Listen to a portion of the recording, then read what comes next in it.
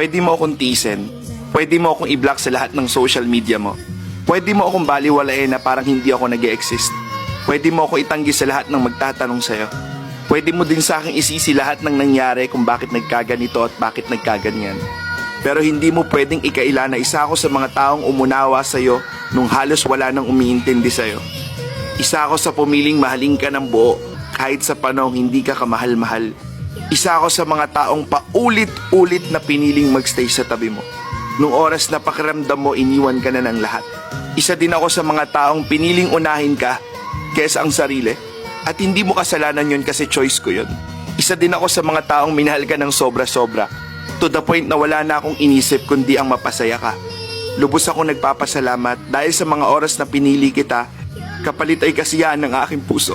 At gusto kong malaman mo na lahat ng ginawa ko sa iyo ay wala akong hinihinging kapalit. Dahil hangad ko yung mga bagay na magpapasaya sa iyo. Dalangin ko ang lahat na ikabubuti mo. Sa ngayon, kailangan kong maging matibay. Dahil sa ngayon, ito lang yung kaya kong ibigay para sa sarili ko.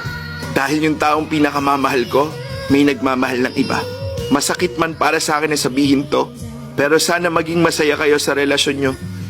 Dahil hangad ko lang ay ang kaligayahan mo. Mag-iingat ka palagi.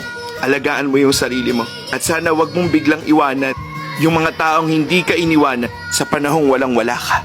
I love you for the last time.